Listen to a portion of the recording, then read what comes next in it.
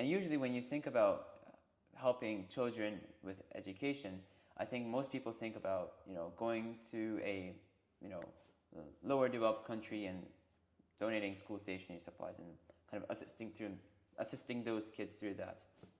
And that's exactly how we started, actually.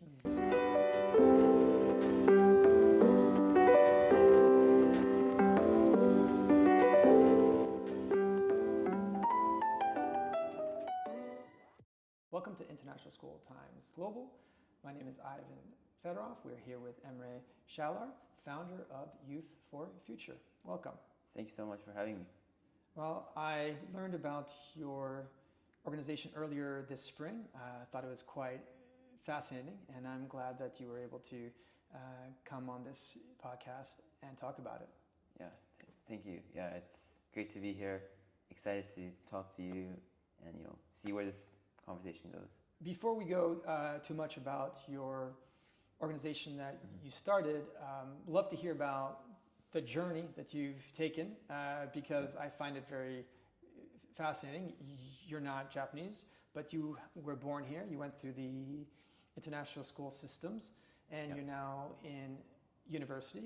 Maybe you could talk to us a bit about your international school route to where you are right now. Sure. Yeah. So I actually started my international school journey in preschool. That's when before that I was in Hoikuen actually. So I attended Shinagawa International School for my primary years, and then I moved on to Horizon Japan International School for my middle school and high school academic studies. Throughout my whole 12 years of education, I went through the IB program. So the three PYP, NYP, and DP, I went through all of them, experienced them, and yeah. And what was the IB program part, the one where you were in high school? Right. It seems like that's somehow connected to you starting this organization. Yeah. So I think what I really love about the IB program is that it's really focused on student-centered education. So it's based on what the student wants to learn and has the passion towards learning. And what I primarily like about it is not only in high school, but throughout the whole program, they really deliver this service learning mindset to students. And I think that what really kicked off my organization was this whole 12 years of academic journey where the IB program really taught me the service learning mindset, not only through the CAS projects we do in high school, but through the exhibition we did in grade 5, I experienced in middle school, I did service projects, and that all kind of built up towards my high school project, which is building my own organization through the CAS project. Thank you. And for those of us who are not familiar with CAS, what is it and how is it connected to IB? So CAS is a part of the requirement in the diploma program, in the DP program. So basically there's 3 elements to it. There's creativity, activity, and service. And students have to complete projects based on all those 3 components. And I was primarily really passionate about service, which is kind of like getting involved in the community and helping a certain community. So that is kind of what CAS is. And it's interesting that you talk about service and you talk about community. Right. People often talk about how an international school experience is almost like a bubble within Japan. Right. And some people complain that there's almost a disconnect between the international schools and Japanese society. But it seems like for you, it was an opportunity. What was it like being a foreigner here in Japan, going to international school? Were you able to really connect to Japanese people, culture, society? And how did that inspire you to think about this global, not global, but currently community service thinking and learning? Right. So I think that the way I can see how I'm connected to Japanese society is because of how it's becoming increasingly multicultural. So there's not so many people, not so many people right now, but there's many people who are coming in from abroad, and I think that trend is currently increasing as we go into the future. So being someone who was born here in Japan and raised in Japan, but still being a foreigner, I really have that mission towards kind of bridging these two communities together. You know, these people from foreign countries abroad coming into Japan, and the Japanese society as well. Because I feel like I have experience and kind of have a good understanding of both communities in a way. So that's kind of, I think, what really inspired me to also start taking action based on that through the organization I started. Well, we'll get back to Youth for Future, because that's what I really want to learn so much more about. But I do want to also talk about the fact that you did graduate from Horizon, right. And you've had, you could have chosen to go to your university abroad, right. but you decided to stay in Japan. Could you walk us through like the process of being an international school student, but still choosing to go to a Japanese university? So I think that that side of thinking of staying in Japan really started a bit before I applied to university at all. It was kind of like in 9th grade. Early in middle school, I didn't really have someone I could look up to in school. So I really wanted to be that figure, where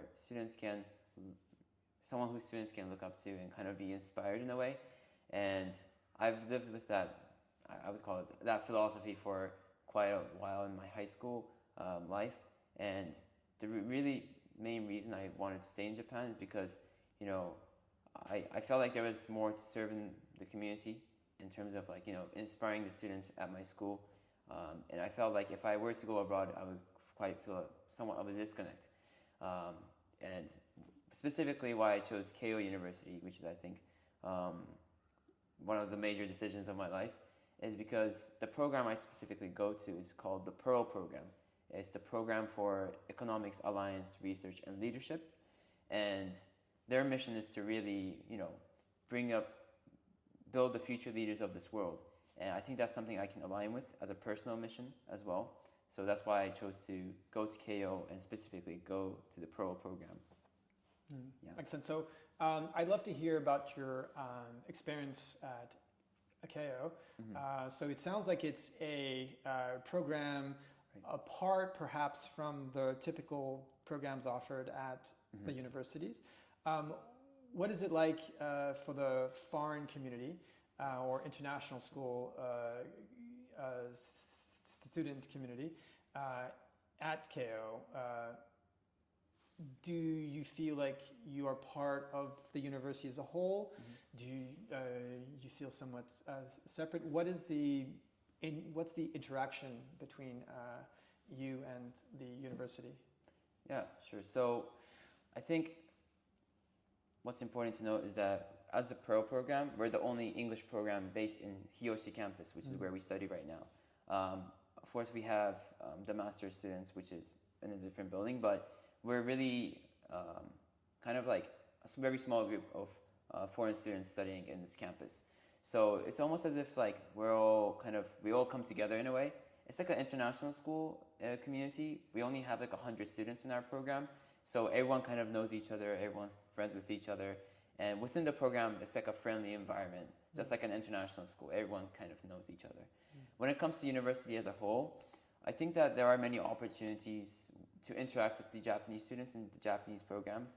Keio is known to have around 500 to 600 circles, which is what we refer to as student clubs. So there's many opportunities to join them, and it varies from things from like sports, from like any sport you can think about, to other activities related to like major specific ones. Like there's like a economics student body which focuses on economic research, and there's various organizations you can get involved with. You can anything you can imagine. We have Keio as circles. So if you're able to speak to younger students who I think you'd be a wonderful mentor to, and perhaps they're thinking about going to Keio University. what would you tell them, or what's some advice you can give them? Right. I think the first one's pretty obvious. It's to study hard. Right? You have to really put the work in and get your grades as high as possible, because it is a pretty competitive. It is a really competitive program to get into. So that would be my first advice. The second one is, I think, more about the expectations side. Most of these students who actually joined the program used to go to an international school. So we were somewhat used to a smaller community. But when you go into Keio, you're in a campus with maybe 5,000 students in Hiyoshi, or maybe even more than that, more or less than that. So I think that's a big change, especially for me as well, which I kind of took time to adapt to and get used to, is being involved in such a big community. Sometimes you don't feel like, you're not really a part of it. You're not serving the community in a way, but I think that's a big change. Yeah. So I'd say those two are the main points. Excellent. Thank you for sharing that. I do want to go back to your IB years, because it seems like that's the birthplace of your organization. Yeah. So maybe you can take this time to just tell me how it got started. Yeah. And also, if you could also tell me why it still exists, because very often, high schools students might start something like this, and then they move on to college, and they leave something like this behind. So I'd love to know why you've decided to also keep this going. Right. Yeah. So Youth for Future, when I initially started it, it was based on supporting kind of all the sustainable development goals out there, which are referred to as the SDGs. Right? So I was passionate about all the global issues in the world, but obviously I think it was soon enough as a team we realized that that lacked some sort of a vision. So we shifted towards focusing on education, which was really my specific passion as well. Like I mentioned, I really wanted to inspire the next, the youth to start doing similar actions and kind of help them, support them throughout their journey. So that's why we focus on education. And usually when you think about helping children with education, I think most people think about going to a lower developed country and donating school stationery supplies and kind of assisting those kids through that. And that's exactly how we started, actually. We would do donations of school stationery supplies to schools, specifically in Kenya, with the primary school there. And the reality is that we did our first donation, and the photos came in, and it was amazing to see how the students were very happy. And I would say that happiness from my end, looking at those pictures, maybe lasted for 30 seconds, because the reality is that these kids are going to unfortunately run out of those resources in maybe 6 months. So then we were kind of like, we really need a financial foundation to actually support these kids abroad, and which we currently lacked. What we really had was a great team, which is passionate and able to make big change if it were a local community we could engage with. So that's why we focused on the kids in Japan. We shifted our focus to kids in Japan, and obviously there's a lot of different children who are having difficult times in Japan. For example, there's children who are in single mother households who are usually faced with financial difficulties. There are children who are in orphanages, and what we really wanted was to focus on a specific group of kids so that we can empower them better. So that's what we did. We decided to focus on children in orphanages in Japan. So that's kind of like the whole journey. It's a lot, but so currently you're working with orphanages, right? And is that your organization on its own, or do you partner up with a different organization? How does that work? Because it is not very easy to in Japan to want to work directly with orphanages.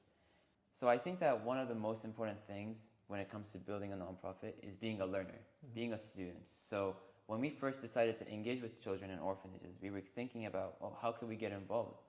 And that's the most important thing, right? Being the student here, because you need to first understand the community you're serving. So so what we did is we went to volunteer in different nonprofits activities, And through that, we kind of learned how to engage with the children, how to engage with the homes, the orphanages themselves. And right now, how we really got into these orphanages in the first place is thanks to a nonprofit called Yumiwi. They were doing these weekly classes, so we would come in to the orphanage with them, and through that we built a partnership, and now we're building a whole program together with them.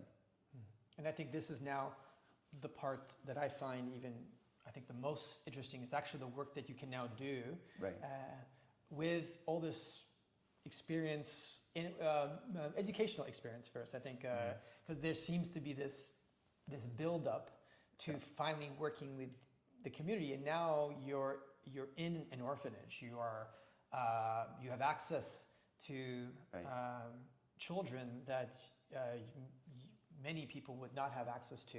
So now that you have these young people, which sounds like that's the core principle of your organization, Youth for Future. Now that you have these young people, what do you do with them? What do you teach them? With that small amount of time that you have with them every week, what can you and your other members provide for them? So as an organization, our mission is to support and empower these children in orphanages through two different aspects. First is promoting English literacy, and the second point is promoting an international mindedness. And the reason we focused on and we selected these two features is because we believe that these two were the 2 points which kind of lacked in Japanese society. I mean, if we were to talk about the English literacy in Japan, only 6 to 8% of the Japanese population can actually speak it at a global business level. So when it comes to that, we really want these children through our programs to be able to take advantage of these two futures we provide to them. Because when they're 18 and they're looking for job opportunities, we believe that having English literacy in this growing multicultural society and having an international mindedness will allow them to leverage these two futures to take advantage of the opportunities that are open to them. So it sounds like you go into the orphanages and you teach them English. Right. So right now we actually launched this new program with the Yumiwi, which is the NPO we're working with. It's called the Global Identity Program. So that has a mixture of English literacy, global citizenship classes. We try to integrate that into it as well as digital citizenship, which is actually the focus of Yumiwi. So we kind of combine the two to both of our missions. We combined it, and we built this program off of that. So we do weekly classes, like I mentioned. So right now we're focusing on teaching the kids identity and diversity. How are we as people in Japan similar and different with people in other countries? So the kids are making their own presentations about a specific country that they randomly picked and exploring that. I think it's interesting to teach global citizenship, especially outside of an international school, because that tends to be one of the core values of pretty much every international school. So, but no, instead you're going to an orphanage where everyone's Japanese, very closed community. I mean, I don't think you can get more closed than that. And I think you even mentioned to me earlier that most of these orphans grow up to be, I think you said, either teachers or healthcare workers? The care staff workers at the orphanage. Care staff workers. And could you explain why that is, and why do you think what you're trying to teach them is so important when it comes to opportunities? Yeah, so like you've mentioned, children in orphanages, ideally right now they only have two specific job opportunities in mind, which is quite unfortunate, but the two of them are, like you mentioned, teaching at a school as a teacher, or being a care staff worker at the orphanage. And the reality is, the reason for that is because they're the only adults they engage with. They're the only adults that they have the opportunity to talk to and see. So I think that's where the beauty of what we do comes in, right? Because we're bringing all these university students and all these, adults from different backgrounds into the orphanage, and it kind of, that itself, without the lessons, like let's exclude the lessons, that itself expands their perspectives on the world, expands their perspectives on what they could do in the future, and yeah, I think that's also the amazing part. What is the age group of the kids that you work with? Yeah, so right now the program we're building, we've started with the primary, so elementary school students. So I'd say maybe age of 8 to even up to 12 is the average age we work with. What are some of the challenges that you and your members face? Yeah. I mean, I'll say that you're very young. So I'm sure you haven't had a lot of opportunities like this in the past to teach kids. So I'd be interested to hear what are some of your challenges. So yeah, that's a great question. So last week actually, there was an incident in the orphanage where one of my students, the students were focusing on creating their own slideshows, and I asked them, can you please put the capital city of your country in your slideshow? And I was like, can you please search that on the internet? And surprisingly, this is something I was really shocked at. They asked me, what do you mean search the capital city of the country? How do you do that? So I think even going to, doing these classes, like the reality is that these children are unfortunately so behind that we're teaching them how to basically research stuff on the internet. We're eliminating that barrier they have towards research skills as well. So, even that itself is, I think, something significant, and I was really shocked at that. But that really made me understand how unfortunately behind they are, and how much we have, or how much of responsibility we have in getting them caught up, and helping them gain full independence by the age of 18. It sounds like you and your friends and your members are really doing great work. How do you picture trying to scale what you're currently doing? And a second part of that question is, how do you bring more people into your organization? Because if you do scale, you need to have more people like you. Right. So when it comes to scaling this up, I think right now we have a beautiful program, and we built a beautiful framework for it. We have weekly classes consisting in this program.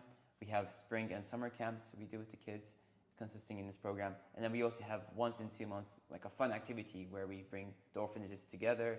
And for example, I do our barbecue together, or do a hike trip together. So we have all these different elements and features in this program. So ideally what we want to do is expand this program and expand the number of students who are engaged in this program. When it comes to the members we have, right now we're approximately at 40, and in the past month we've actually doubled the number of members at our organization. Oh, that's great. Yeah, so I think surprisingly we were actually building this recruitment program where we would reach out to people through LinkedIn. Our HR manager would do that, but right now what we're facing is a difficulty in terms of we're having so much demand from the volunteer side. There's many people who want to volunteer now because of how the word of mouth spreads between all these people who are involved and all their friends.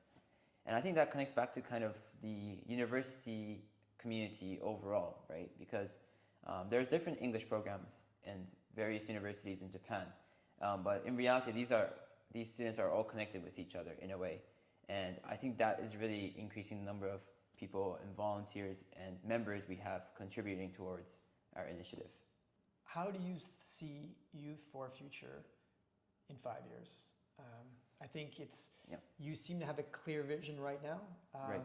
Do you see where you hope it'll be in 5 years, potentially even 10? You yourself will be graduating in 3-4 years. So what's your image in your mind, and what's your goal? Right. I think when it comes to nonprofits overall, the biggest issue people have is commitment, right? Because when we look at the reality, none of the people who work with us are paid, right? It's all volunteer work. So any of the board members or any of the management members, tomorrow they could say, oh, I want to leave and I can't do anything about that. So I think for the scalability of YFF and the continuity, in 5-10 years when all these university students we work with have graduated, it's important to build like a financial basis and increase the number of supporters we have in terms of companies that can fund us. When we look at nonprofits, the biggest cost they have is labor cost. So building somewhat of a strong financial framework so that we can run this nonprofit, or I can continue running this profit without having to rely on volunteers, and having a strong team that is there to support the mission and vision pretty much 24/7. Well, my last question to you is a response to something you had said a bit earlier. Like you had said that the numbers of volunteers doubled, and that doesn't usually happen. Yeah. What do you think draws people to Youth for Future? And why would a non-governmental organization partner up with such a young organization? So there is something that draws people to Youth for Future. What do you think it is?